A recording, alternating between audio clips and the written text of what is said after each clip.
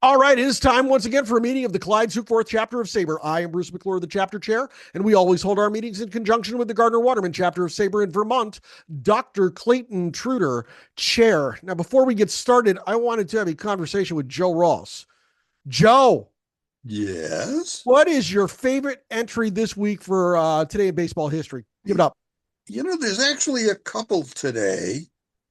The most interesting one, of course, is today's the day that Abner Doubleday died in 1893, which, of course, had absolutely nothing to do with baseball because he had nothing to do with That's baseball. right. There were two interesting ones other than that. Something that I'm sure we'll never see again. Ted Williams insisted on a pay cut because he thought he hadn't done as well as he should have for the season. So in 1960, he turned down his $125,000 contract and said he would accept 90. Nobody does that today, at least nobody I've seen. The other one, to show you that everybody listens to the appropriate people, in 1995, Bill Clinton ordered that the owners and players resume bargaining on a new contract, and he ordered them to reach an agreement by February. They didn't. Yeah, that And went that's well. what happened in baseball, or didn't happen today in baseball. Didn't have it. That's right. Joe, tell them how to get the newsletter. If you'd like to subscribe to the newsletter, the normal price is $15.95, but SABR members can get in for $10 a year. Send an email to jandeross@gmail.com. And there you go. It's a great little read. It's something that I get every day, and I enjoy it every day. It's something if you're a baseball fan, I think you'll enjoy it. All right. Next up on the list is our friend Megan Hanna, who has just recovered from the flu and the plague that went through her entire home. Uh,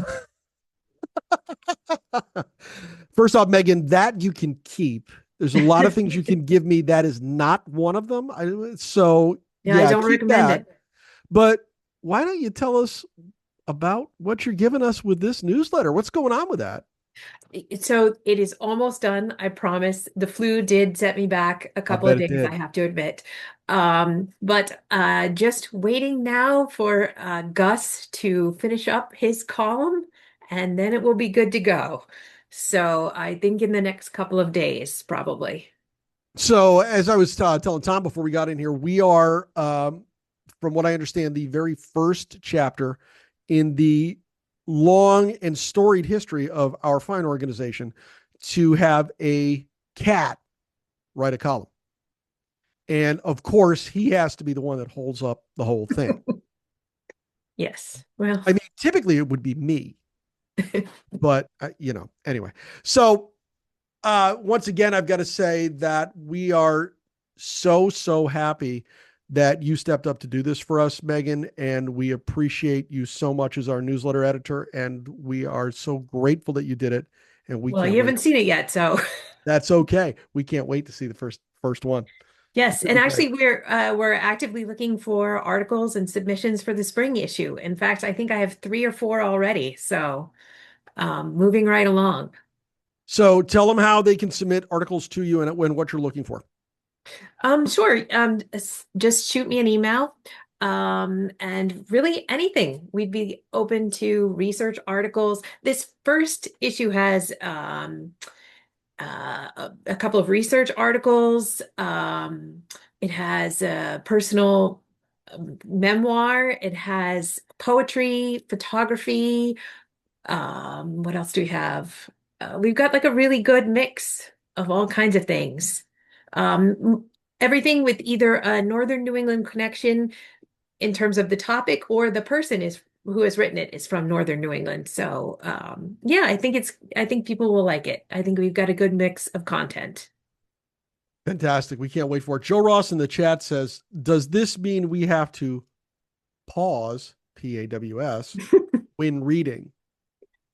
Folks, he'll be here all week. Tip your server and try the veal. Okay. Thank you, Megan. I appreciate you. Oh, no problem. Thank you. Let's move on to our feature presentation. Here we go.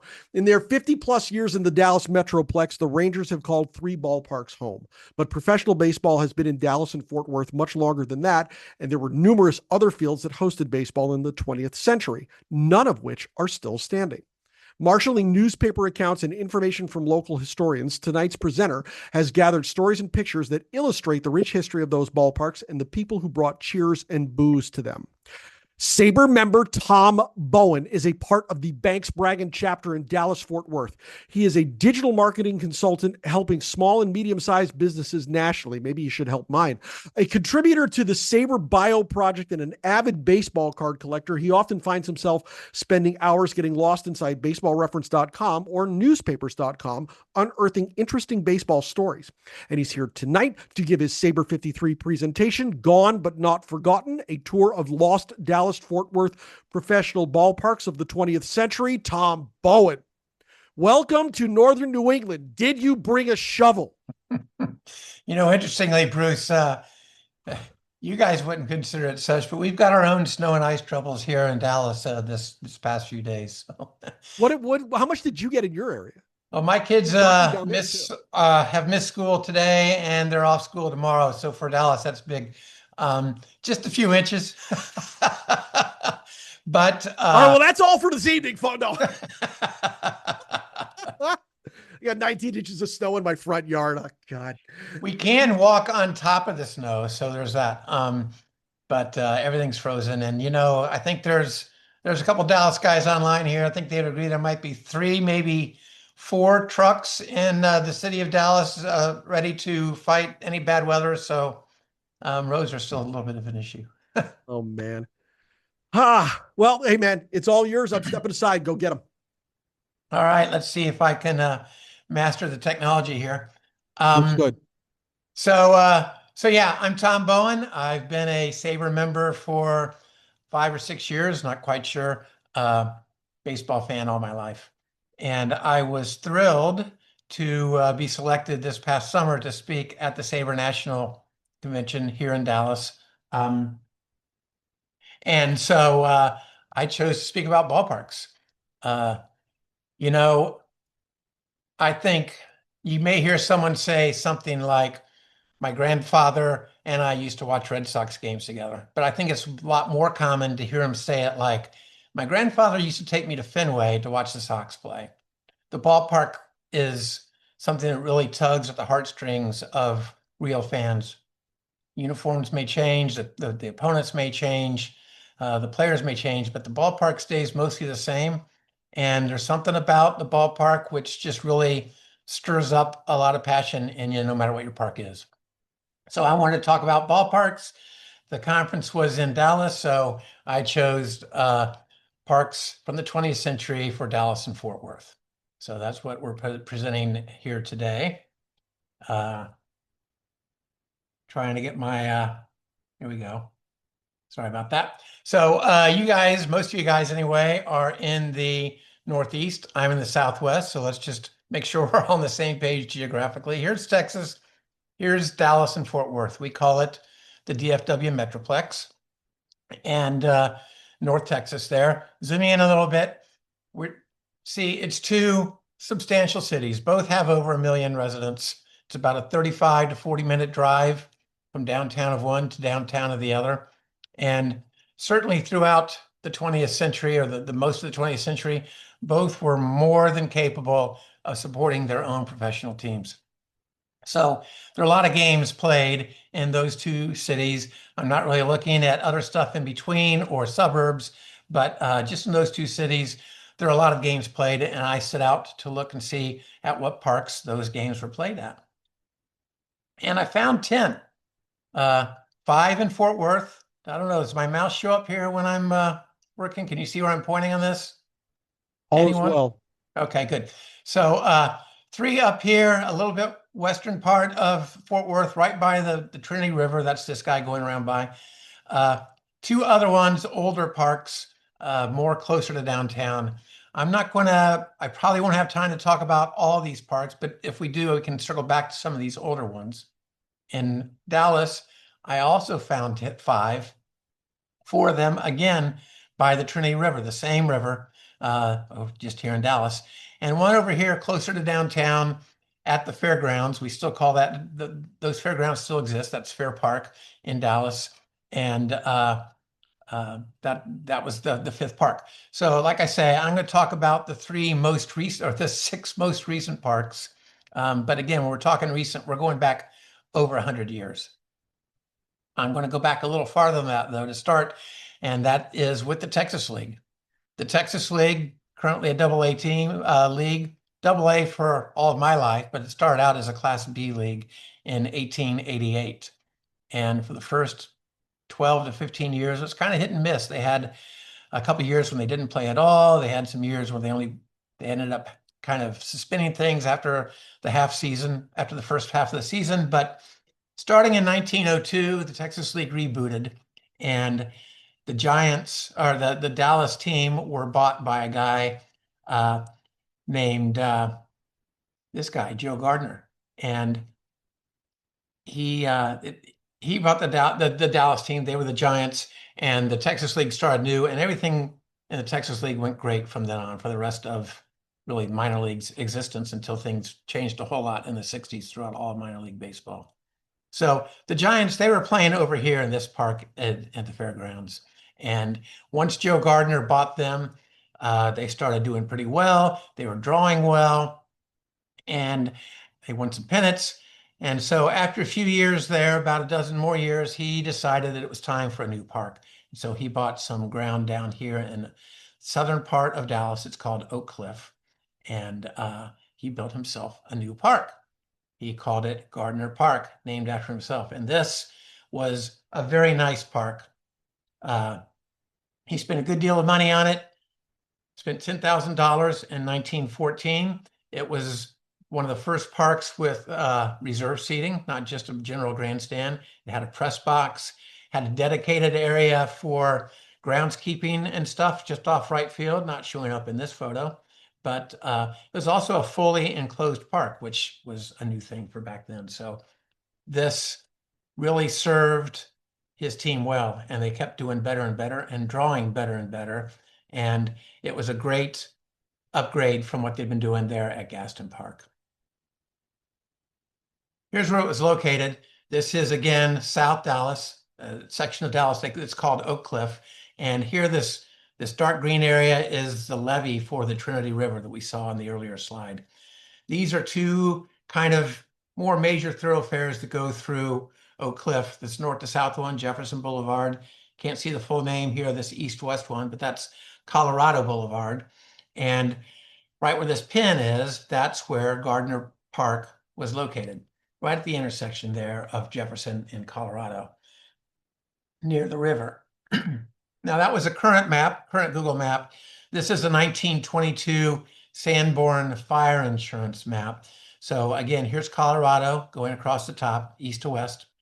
Jefferson Boulevard, looking pretty much the same as it does today. And here's Gardner Park. And you can see, especially when you compare it to the older parks, which again, if we have time, I can get into some of those, but much more substantial footprint, a big grandstand with the reserve seating.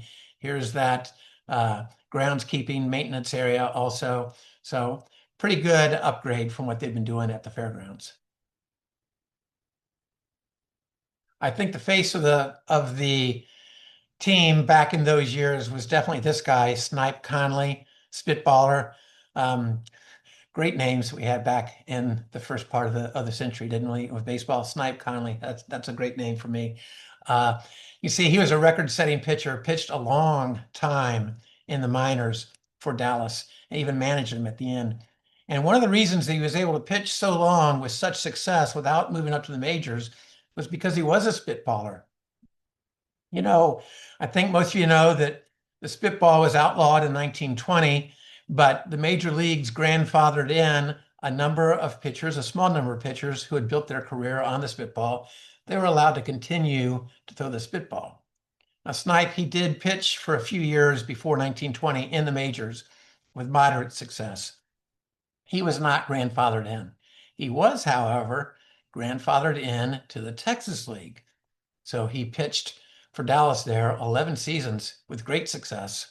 And it was because of that spitball. In fact, he came back at age, I think that's age 48 in 1941, pitched a couple games for Dallas then, pitched effectively, started them both, went a good number of innings, got the win in both of them. But he realized that at his age, he didn't have the stamina to throw 9 innings on a consistent basis, so he retired. I bring this up because Burley Grimes is widely known as the last pitcher to legally throw a spitball in the major leagues. However, that came before this comeback by Snipe. Snipe was the last person ever to throw legally a spitball in professional baseball. So a little bit of trivia there. Hopefully you're walking away with. Sadly for Gardner Park, it was called Steer Park at this point because they were the Dallas Steers. Its life ended there in July in 1924, right after a game. You know, parks built in the first and second decade of the century, they were typically wood parks. There was really almost an epidemic of baseball park fires going through the country in the late teens and early 20s. Steer Park was one of the fatalities associated with that, and it went up in flames right after the game. Fortunately, it was enough after the game that the fans were all out. But some of the players were still dressing. A couple of the players only got out half dressed. Other players could be seen across Jefferson Boulevard with hoses trying to help fight the fire. So it's a pretty devastating thing. They had one more game the next day, so they played it at nearby Riverside Park. And then they were out on the road, during which time a new grandstand was constructed back at that old park, the one they had played in before at the fairgrounds. So they finished the season, the 1924 season, at the fairgrounds. So here's what the site looks like today. In the foreground here, that's Jefferson Boulevard, the east-west street. You can barely see a little bit of Colorado Boulevard, the north-south street there on the left side of the page. And you can see it's a pretty nice, pretty new apartment complex. It's only like 3 or 4 years old. This site has fared a lot better than most of the sites we'll be looking at today, unfortunately. I mentioned Riverside Park a minute ago, where the Steers had gone on to play after the park burned down for that next game.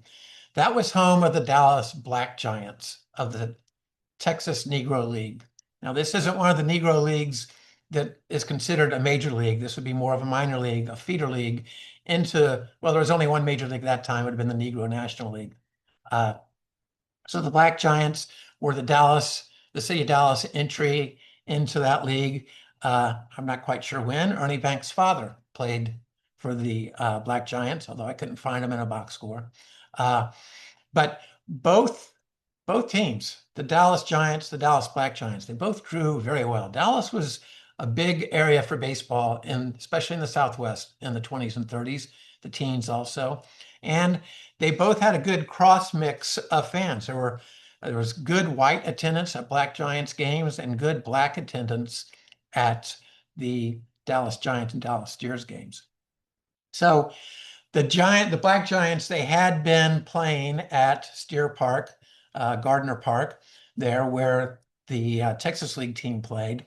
And as I said, they were drawing well. They were being successful. They were also having troubles getting dates there in the 20s, trying to share a park with the Dallas Giants. And so a group of African-American businessmen got together and they financed the cost for a new park to be called Riverside Park.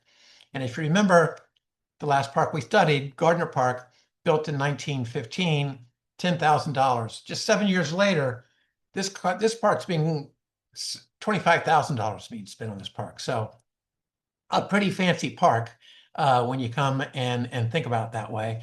And it got rave reviews. It opened, it was considered one of the finest Negro baseball park in the Southwest. And again, it lasted for a long time. It hosted all kinds of games, not just Black Giants games. So where was the park? Interesting question. So here, this is the same Sanborn map we just looked at. Here's the park we just looked at, Gardner Park. So most online sources will place Riverside Park right here, which makes sense. The park opened in 1922. This map is from 1922, so it looks vacant, but okay, so the map was created just before the park started building, and it even says Negro Play Park. However, this is not where Riverside Park was.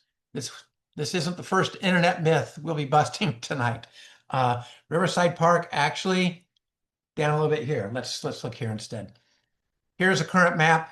This is where that Negro Play Park, as it was designated in the fire insurance map, was. It's still a park. It's called Eloise Lundy Park. There's still a baseball diamond there, which may be part of the reason that people think that that's where Riverside Park was. But as you can see by my map here, by my pin here, Riverside Park was about a block and a half southeast there. And how do we know that? From this photo here. This comes from a book called Baseball in Dallas by SABR member Mark Presswood.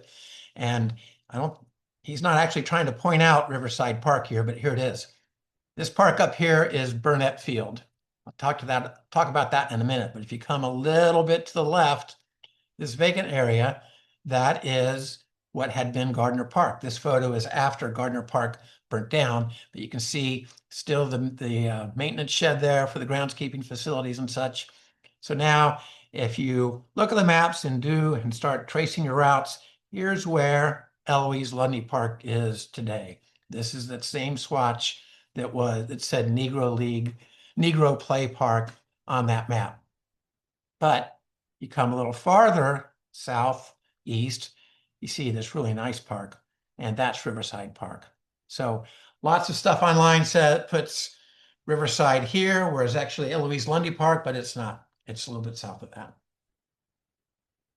This is Eloise Lundy Park today. I had this slide in here because it was originally in my deck for the presentation this summer before I found out I was in the wrong place, but I left it in because I liked it because it has a baseball diamond in it. That's the Trinity River just off beyond the land there. But this would be kind of a shot from Riverside Park today. For most of these shots, I try and take them from around home plate, looking out to center field or close behind home plate.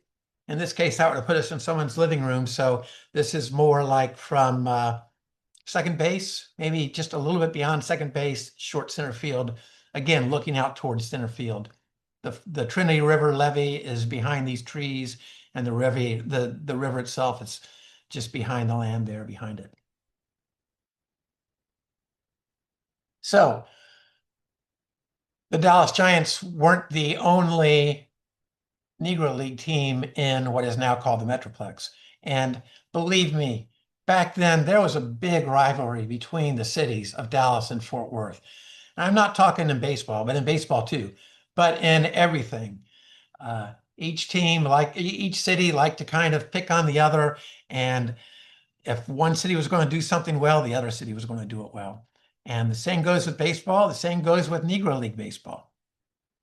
So the Fort Worth's answers to the Dallas Black Giants was their black team, the Fort Worth Wonders, later called the Fort Worth Black Panthers. And they were owned by a guy named Hiram McGarr. He was a African-American entrepreneur in Fort Worth. He had a number of different businesses, several different businesses, a wide range of businesses, all pretty successful.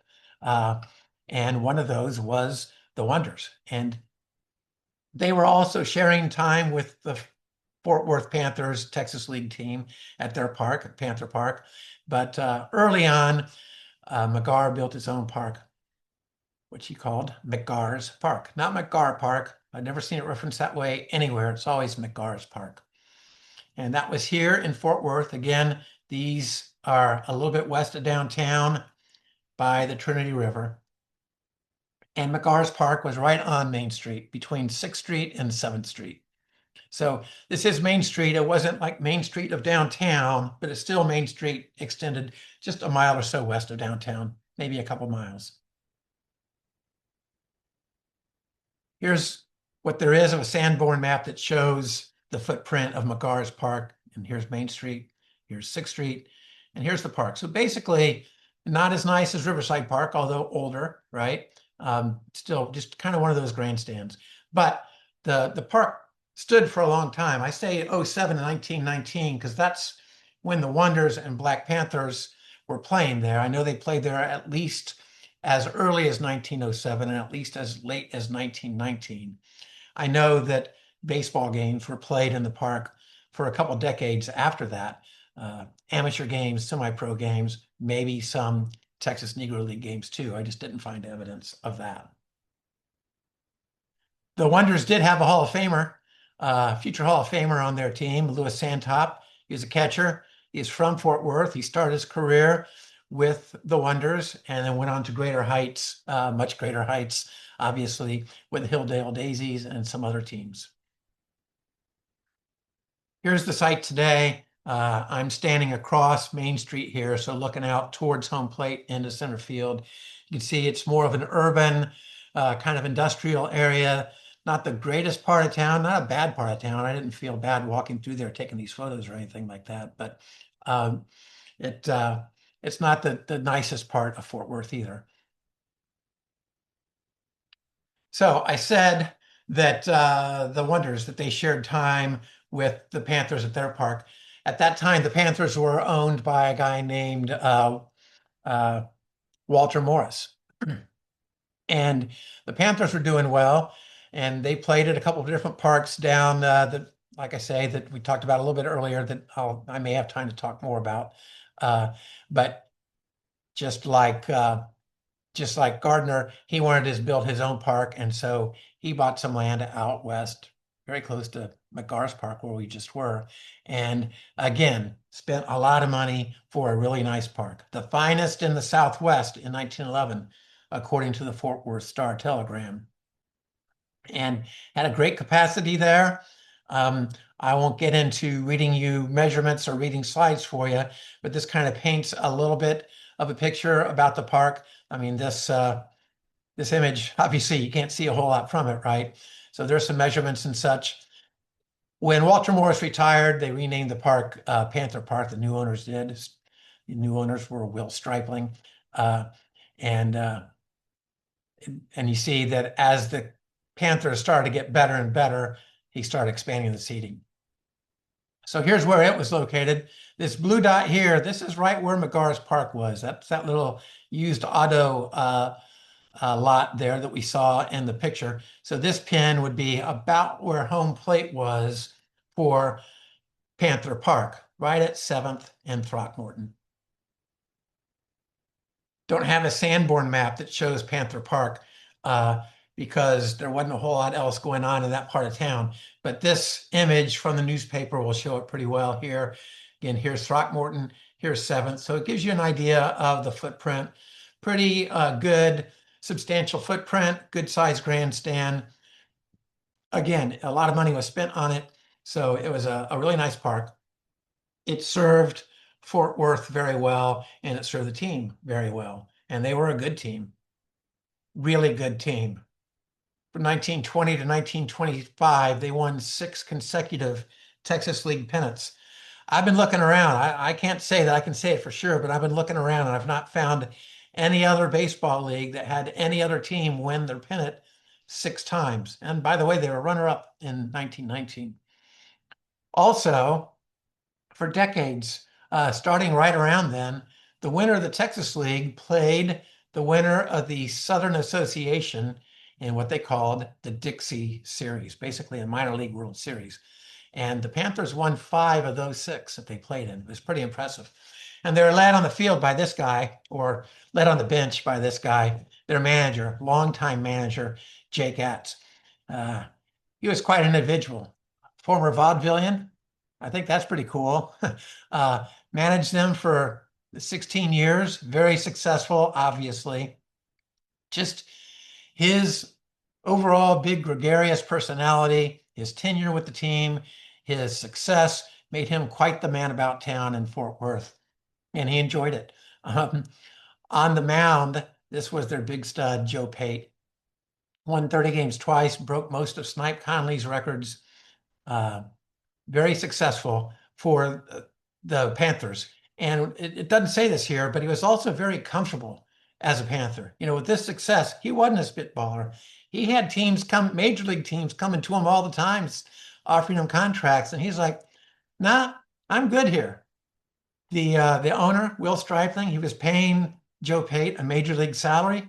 He was a big celebrity in a town that really loved their Panthers, and he was just fine there. Toward the end of that run, after ownership changed and management changed a little bit, he did go and pitch a couple seasons for the Philadelphia A's for Connie Mack. And very interesting note about that also. He was a relief pitcher. His first year there, which I think was 1926, he was in almost 50 games, had a record of 9-0. His next season, only other season he pitched, his second season, it wasn't until very late June before he suffered his first loss. He went a total of 70 consecutive games before he suffered a losing decision. At the time, that was a record. I think it's still a record. I've not been able to confirm that. But if it's not a record, I imagine a pitcher's first 70 games without suffering a loss pretty much has to be a record. So Joe Pate on the mound. At bat, definitely their big stick was this guy, Clarence Big Boy Kraft. Again, with the names, right? That's a great name, Big Boy Kraft. And he was a pretty good player until 1920. But in 1920, when they livened up the ball really started flying off his bat. He won a batting title in the Texas League. He won 3 home run titles, 3 RBI titles. This was his best year, 1924.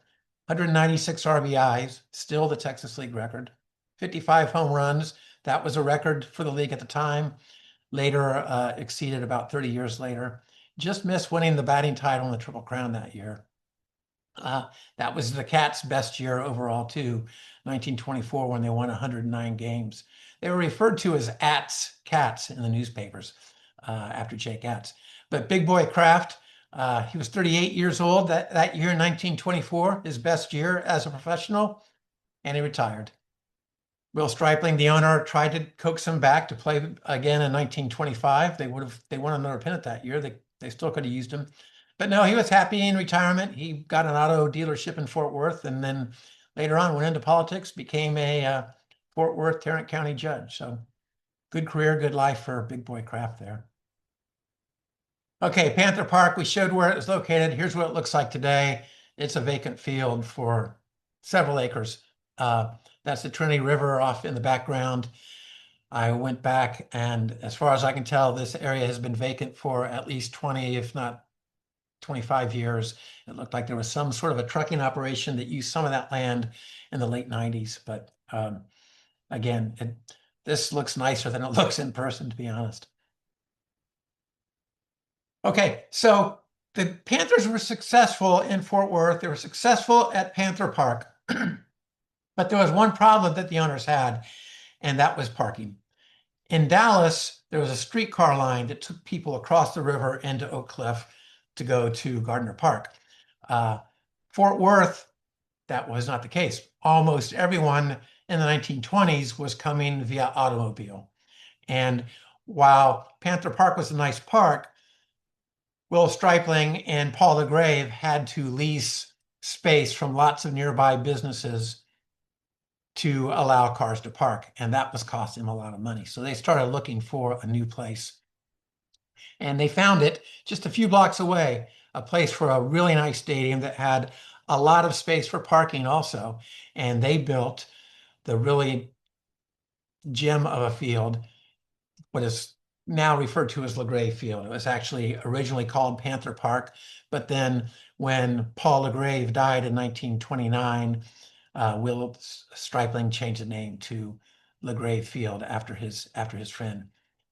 Look at the cost here, 1926, right? $125,000. So truly, they're sparing no expense. I mean, this photo doesn't really give it good justice. This is probably from like the 1940s, I think. But definitely more of what we tend to think of as a minor league stadium even these days. Bigger, more spacious park, definitely. And a lot of that money was spent, and a lot of care and effort was spent on the field itself. This quote here is just from one player, but lots of players made comments about how nice the field was, even better than some of the major league players that they ended up playing on, fields that they ended up playing on. Where was LaGrave Field located? So right here, if you can see my cursor, that's where Panther Park had been. This is Throckmorton. This is 7th Street. So we're just coming about 3 or 4 blocks east or east northeast, and this whole dark green area on the Google map, that was all part of that piece of land that the owners bought for parking. And the pin is about where home plate would have been for the LaGrave Field. So you see they had all this other parking area beyond it, and it shows up better in this map, the one we looked at before. But all this shaded area here, that corresponds to the shaded area on the Google map, but you can see the park was here. So parking, parking, parking, parking, parking. Lot of space for the owners. This is Stripling up here. This is LaGrave. He was more of a minority owner, really more the general manager, to be honest. But that alleviated their parking situation. Here's the Sanborn map that I was able to find that shows the footprint of the park. Also, you see they changed the orientation a little bit so that to point southeast instead of southwest. They did that so people here in the grandstand would be shaded better by the sun in the afternoon games. Don't get a lot of in-game photos for these really old parks, right? This is a great one. That area in the background there, that's the right field pavilion. That's where the Knot Hole Gang tickets were, among other things. It's a source of a lot of reminiscence I found by people who are still Fort Worth citizens to this day, who were there in their childhood in the 30s, 40s, 50s, enjoying Fort Worth Panthers, later called the Fort Worth Cats games. Beautiful photo, though. These were 3 bad days in the history of LaGrave Field, 1949 in May, after a game, fire was started. Now, this was a steel and concrete stadium, but you know the seats and stuff were still wood, so there was a lot of damage done there.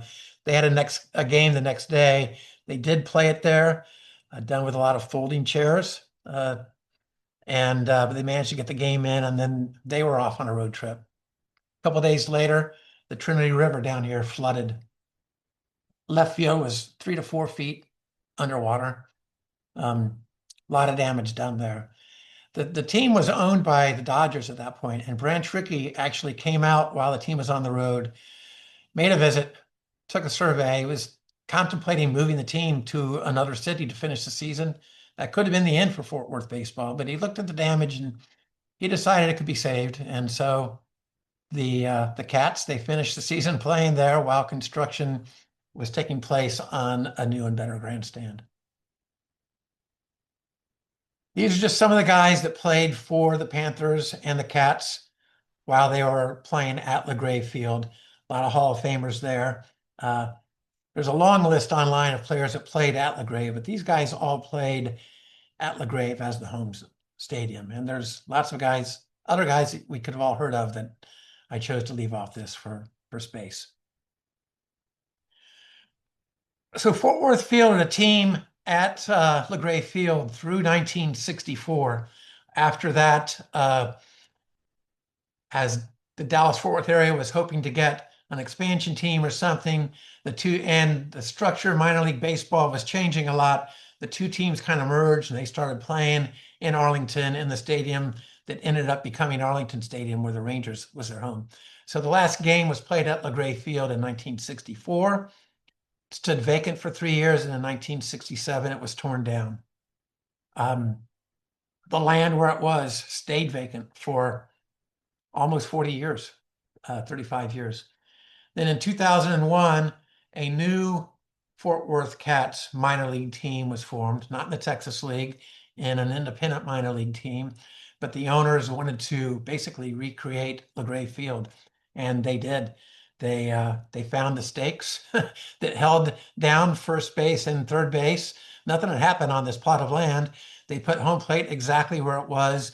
They rebuilt LaGrave Field to be a super nice stadium.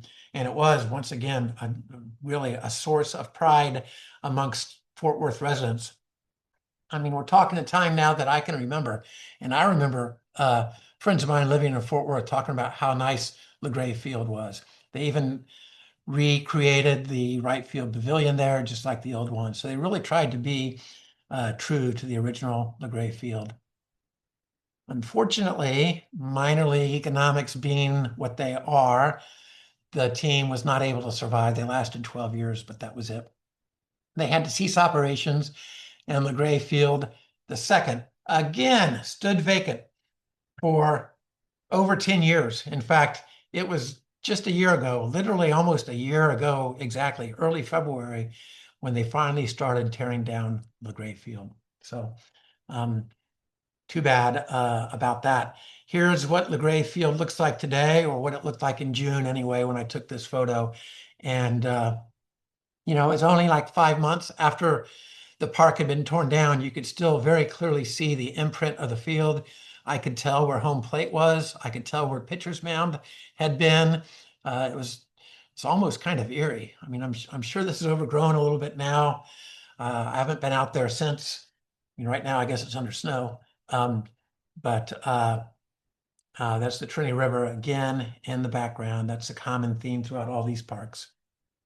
I have read that there is a new kind of civic project development being planned for this area. So hopefully, at least it won't be a vacant lot like it was for most of the last 50 years. Okay, so last we left Dallas, Gardner Park had burned down to the ground in 1924. At that point, it was called Steer Stadium, if you recall, and the owner was a guy named George Sheps, him and his brother Julius Sheps, but George really called most of the shots.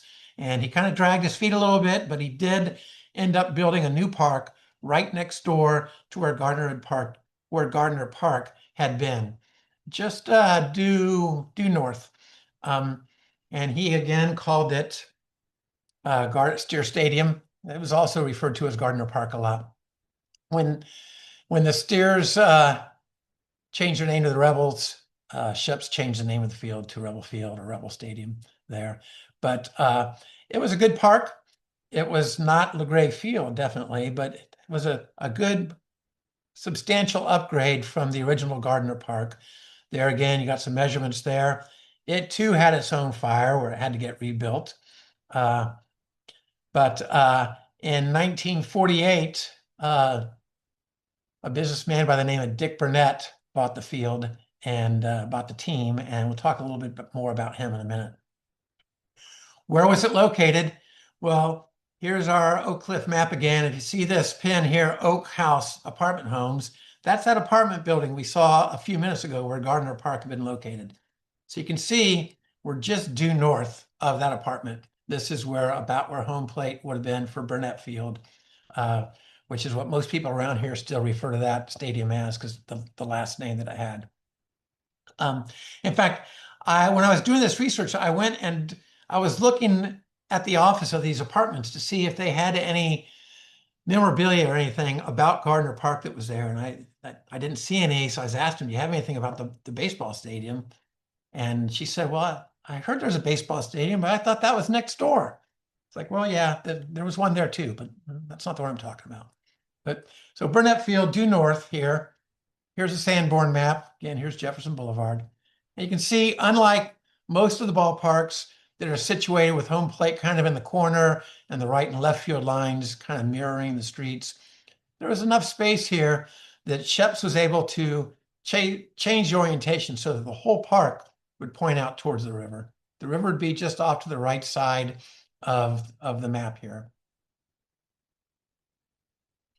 So I mentioned Dick Burnett. He was quite an individual and actually plays a pretty good role in the history of Dallas and Fort Worth baseball for a few different reasons.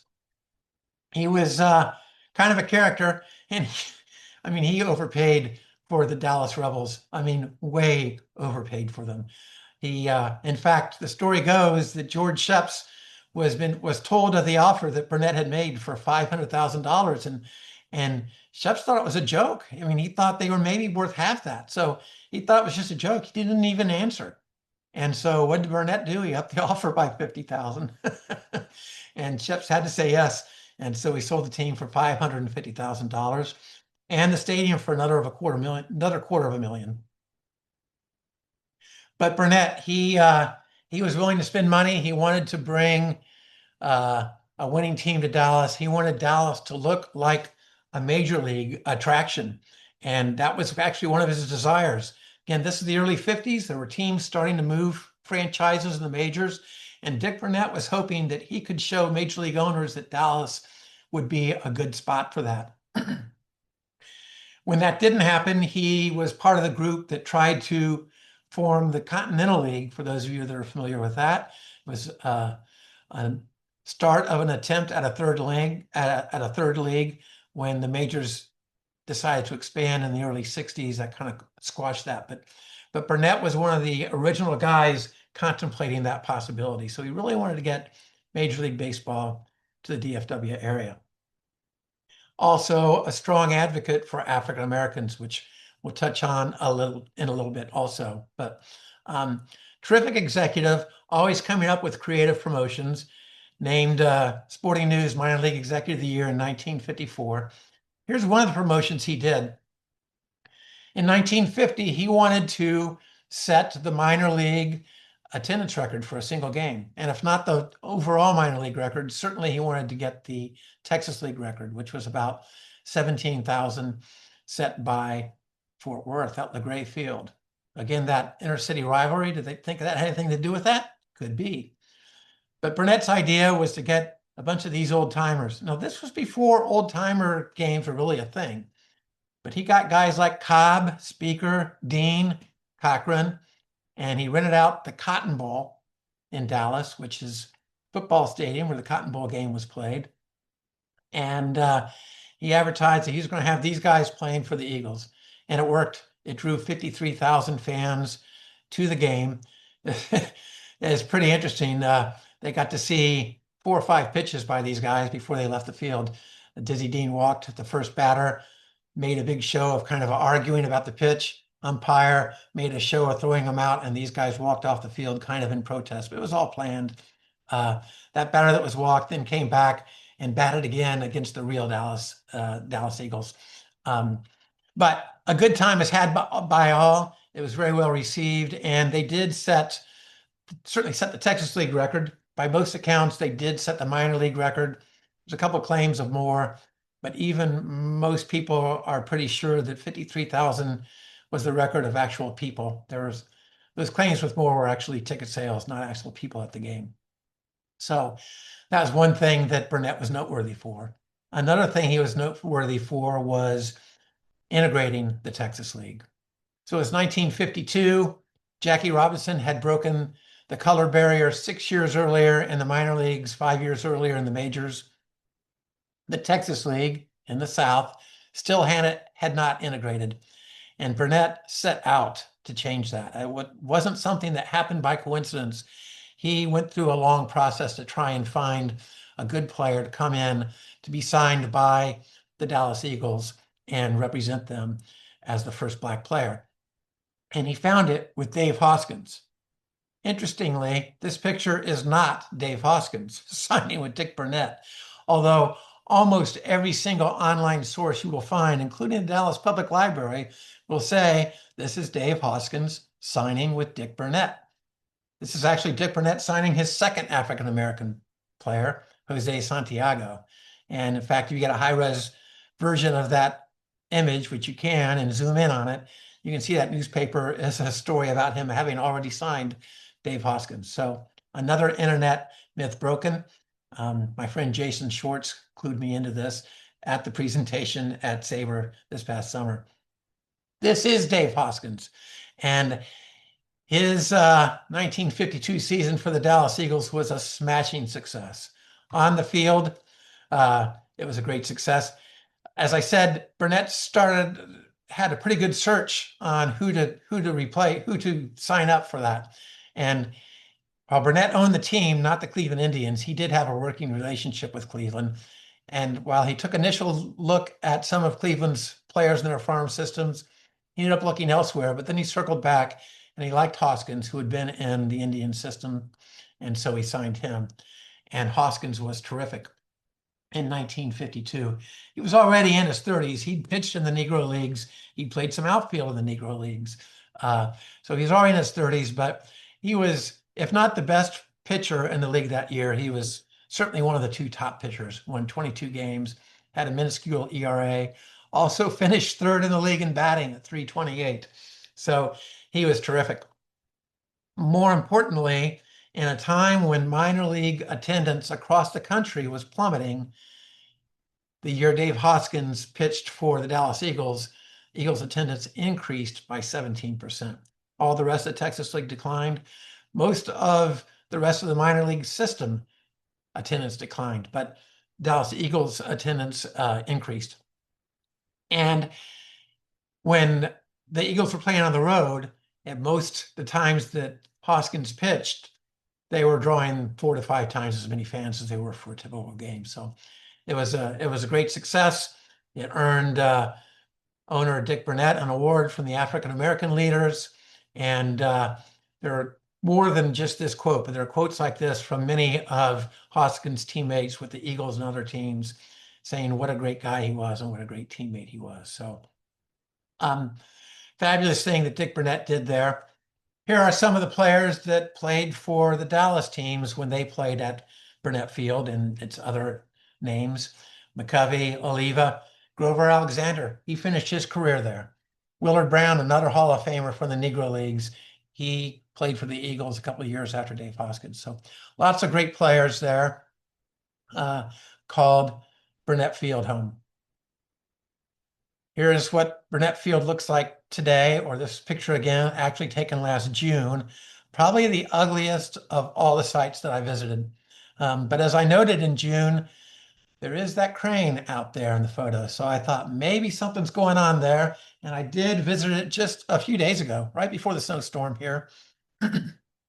And tried to get pretty much the same angle. And you can see there's a big old slab poured and something being constructed. My guess is another nice apartment building similar to the one next door. So I hope so. That area could use a little bit of improvement. So that was all I had. I did have those other parks that I'm not sure how we're doing on time, but Bruce, I have some bonus material if you want to talk about those, or I can just answer questions, or if people are sick of me, we can be done with this. We never get sick of SABR members, so let's get that out in the open there. Now, I counted 6 ballparks there. Did I count that right? Yeah, so there were 10. I talked about 6 of them, but there is bonus material if you want to see it. Well, you know what? We've got some hands up, but if you can, you've said you can run through the bonus material rather quickly. Do I not recall that? Yeah, there's not as, they're older. There's not as much information out there. I have some slides for them, and I'd love to share them for you if you guys want. Let's do that. I'm going to have you stop sharing that screen, and you can share your next. He's got a few more, and we'll get to questions in just a few moments. You know what to do, ladies and gentlemen. Go down to the bottom of the screen, hit the react button. Once you hit that button, you're going to see another button marked raise hand. Raise your hand. We'll get you in line to ask questions of Tom Bowen, our presenter this evening. But he's got some bonus material that he was talking about before in the green room. In the green room, Tom. Before I'm telling you, I'm stealing that. Before we let everybody in. So, Tom, keep it going. Okay. Well, this won't take up a whole lot of time, but if you recall, that original map had 10 parks, 2 in Dallas and 2 in Fort Worth that I didn't talk about. Those were the first 2 for each team. So the Texas League started in 1888, as I said. The Dallas entry won that league, although the league only went half the season before they had to fold. The Dallas Hams, as they were called, they then went and finished the season in the Southern Association, finished first there too. So pretty good, successful year for the Dallas team. And they played their games at Oak Cliff Baseball Park, as they were called back then. Played there for the first few years. And this, again, was in that Oak Cliff area where the other parks we talked about for Dallas were located, there by the Trinity River. So for reference, here's kind of where we were on the other parks that we were talking. This would be where Gardner Park was. This would be where Burnett Field was. So coming a little bit northwest. And even this is just approximate. This is based on the information I could find. I couldn't find anything with a specific street that it was on or address.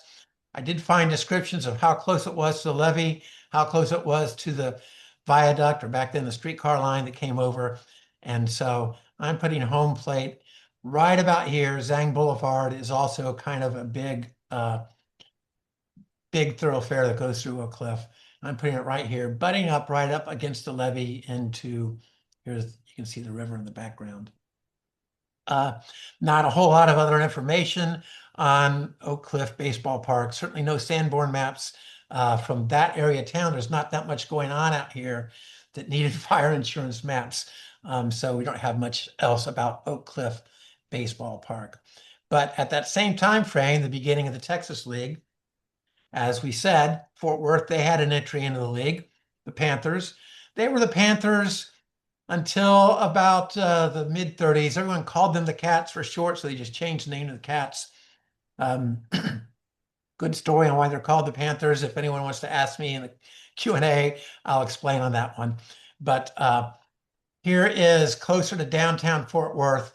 A couple of the, a big train line that still runs through the kind of a train yard here, the TNP in Fort Worth. So that's definitely part of downtown. This is Interstate I-30, which is the highway that connects Fort Worth to Dallas. I'm placing the park right about here.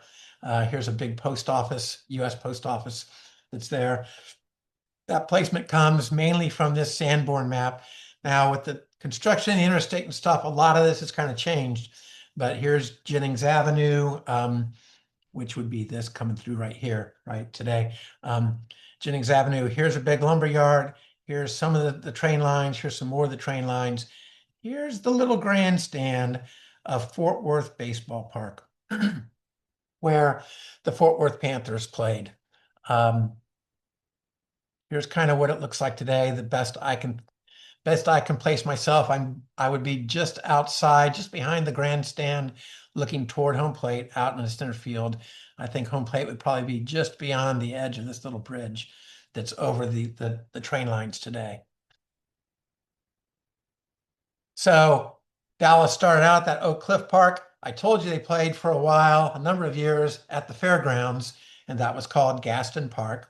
It was called Gaston Park throughout that, despite the fact that the Dallas team had a number of different nicknames, the Steers, the Navigators, the Colts, the Griffins, the Giants.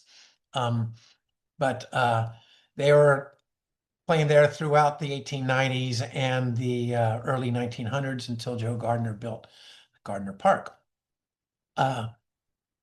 Here's the map today. This is all the shaded area as part of the fairgrounds. We call it Dallas Fair Park.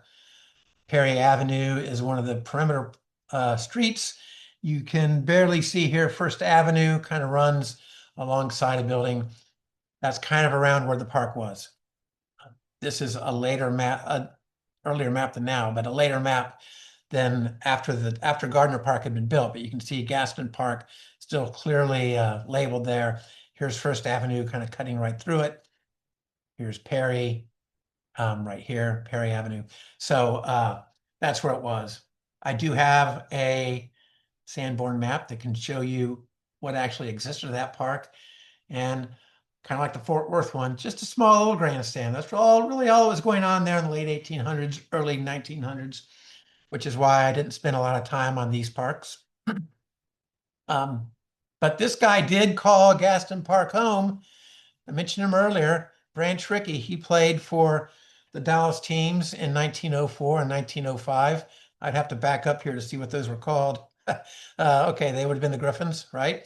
Or the Giants, I mean. So he played for the Giants for Joe Gardner in 1904 and 1905, another catcher. So that would be Gaston Park. Here it is today. It is, home plate would literally be inside what is called Fair Park Music Hall. Lots of Broadway productions are presented there. My wife and I have tickets to the Broadway touring productions that are shown there. Other concerts are shown there. It's a really, really nice facility. But that's where Gardner Park existed, where the Fair Park Music Hall is today. The last park I'll talk about here was the second park at Fort Worth. At the one by the lumberyard there, Fort Worth Baseball Park, it had burnt down. Actually, a bigger attraction next to it had burnt down called the Salt Palace. That affected the grandstand at the ballpark. They tried to rebuild it. They played there a year or two, but eventually they played here. They built this new park at Haynes Park. That's Haynes. Anyone wants to research this will get confused because there's Haines Park as well. That was just a regular park in Fort Worth, but Haynes Park with a Y, named after an owner, I think. That's where the Panthers played there for 7 years, 1904 to 1910. That was just a little bit east of that lumberyard park that we saw a few minutes ago. So that park would have been over here. See, here's still the interstate running through here. So I said east, also a little bit south, because the other park was up north. It'd been just off the slide here, off the upper left corner of the slide. But Haynes Park was located at the corner of what is now called Pine and Presidio Streets. Back then, it was Pine and Pacific. So this map is from 1911. Haynes Park had already been torn down. So pretty certain this vacant area is where Haynes Park was. I might imagine it might have been something like this in terms of the field, but the grandstand probably would have been pretty small, and that's about it, which would have driven Walter Morris to build Morris Park later on. What does Haynes Park look like today? Well, it's a big parking facility for Fort Worth public transit. So again, not the most beautiful stuff, not the greatest part of town either, but at least it's being put to use. It's not a vacant field. So Bruce, those were those slides, and there's still time for questions. Don't know if I'll be able to answer them, but I think there's some hands raised, so I'd love to try. There most assuredly is time for questions. First up tonight is Mark Hoyle. Mark, how you doing? I'm doing good. Yours, Tom, man. love the presentation. I like collecting postcards of old ballparks. Do you know if there's any postcards out there of these? First, Mark, let me say I'm a big fan of you and your collection. We've talked many times online about cards. Any of you guys, especially those you visiting from Dallas that are baseball card collectors, go follow Mark Hoyle online on Twitter or on Blue Sky. Blue Sky, yeah, because he puts out great stuff, all from his own collection. Mark, I went looking for anything I could find graphically for this presentation.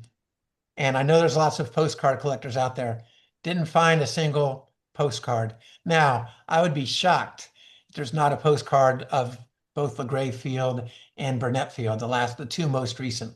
But those were also the two that I had the most images for. So I didn't go looking specifically for postcards, but I would certainly imagine that they would exist there for those. And you've piqued my interest. I want to go look now myself. Thank you. Yeah, I'll go look myself. Thank you. Nice. That's great. Next up, Ryan McClanahan, you had your hand up. What's going on, man? Hey, not much. Tom, this is awesome. Really, really fantastic. What got you interested in this? Well, first of all, I'm glad you guys are interested, because if I were sitting in New Hampshire or Maine or someplace, I'm not sure how much I'd care about ballparks in Dallas that don't exist anymore. It's baseball. We're trying to stay warm up here, man. Help us out. But yeah, I really wanted to present at SABR 53. And so I started trying to figure out what would be a good topic. And, like I said, ballparks seemed like a good topic. And I knew I wanted it to be local. And I didn't know anything about the history of the parks. And I've lived here since 1989. And I did know that Burnett Field kind of existed in this thing that was still a vacant lot south of the river. Most of the stuff that happens in Dallas is north of the river these days. I hadn't really been out there, but my curiosity was piqued, but that was it. My knowledge of Metroplex baseball was the Rangers. So I thought it'd be a fun thing to kind of investigate. And I had no idea that I'd find so much. And those Sanborn maps were just a treasure for me, because they were real graphical data from the time. It was great. And seeing that first image of that park by the lumberyard in Fort Worth, I was like, whoa, this is from 1889. I'm seeing what this park looked like. Kind of blew my mind. And so I loved finishing out the research. Awesome, awesome. And what about the Panthers? How come they were named that? See, someone asked me if I wanted to plant a question here, and I never did. But thanks for asking that. It's because it's a good story. I said there's a rivalry between the two cities, right? This goes all the way back to like the 1850s, and each one was trying to one up the other and stuff. And in the 1870s, for those of you general historians, there was a big depression, national depression in the 1870s. Came from a lot of railroad speculation and other stuff. Anyway, the city of Fort Worth got hit pretty hard by that. And I think Dallas probably did too, but Dallas was maybe a little more snooty about it. And there was a Dallas lawyer, what was his name? Something like Cowren or COW something. But anyway, he had to go make a business trip to Fort Worth, and he came back and he wrote a letter to the Dallas newspaper. It was called the Daily Herald, I think. And he said, well, there's just nothing going on in Fort Worth. I mean, that town is just fast asleep. In fact, I was going down Main Street and there was a panther asleep on Main Street. And he was doing it kind of mock Fort Worth, right? Well, a lot of mocking did take place then. And the city of Fort Worth, they embraced that. And they adopted the panther as kind of like the city mascot. You wouldn't believe, going through old newspapers or old phone directories, all the businesses that had the word Panther in their name. Like, Panther Dry Goods, Panther City Livery Stable, all these kinds of things on the old stuff, or even into the 20s and 30s and 40s, Panther is still in there. In fact, I told you that LaGray Field, that there's some new development being planned for that site, and it's called Panther Island. To this day, Panther is still kind of an embraced figurehead for Fort Worth, and that's kind of how they handled it. I think it's really cool. So they named the baseball team the Panthers, later shortened to the Cats. Awesome, awesome. Thank you so much. Appreciate it. Dixie Tarango is up. Dixie, how you doing? I'm doing fine. Great presentation. Anyone who shows me pictures of old ballparks and shows me maps of where they were, they have me, right? They have me right then and there. So it was great. Thanks, Dixie. Great to see that. I use Sanborn maps here in Boston all the time for stuff that was here. My question is more about the team that won the 5 pennants in a row and won 106 games a year. Wasn't that a detriment to the league to have one team that dominant? No, it was 6 years in a row, actually 20 to 25. No Major League Baseball around the South, really, right? Definitely none of the West, none of the Southwest. So it may have been a detriment to the other cities. I know Dallas didn't like it. Dallas had won the year after. They won in 1926. And that was a pretty big deal, beating Fort Worth for them. And also good stories about the lines of traffic from Dallas to Fort Worth when the two teams would play each other, of fans from the other city going. So, it was also kind of the golden age of baseball also, right, Dixie? So I think minor leagues were thriving all over the country, and even that dynasty, kind of like now when there's a dynasty in the NBA with, say, the Chicago Bulls or something, and all the people rush to the bandwagon that aren't in Chicago. I think it probably might have helped things a little bit as much as anything. How many other cities were involved in the league? Well, it varies from year to year, right? But typically it was like an 8 to 9 team league. They weren't always in Texas. Little Rock had an entry some. Shreveport had an entry for most of the time there. That's in Louisiana, There were teams in Oklahoma, Tulsa, that record-setting game with the old timers that was in the Cotton Bowl. That was against Tulsa in 1950. So they weren't always in Texas, but it was never a huge league like 12 or 14 teams or anything. It was usually around 8 or 9 teams. Well, thank you very much. Great stuff. Thanks, Dixie. Kirk Weber's up. How you doing, Kirk? Doing great, thanks.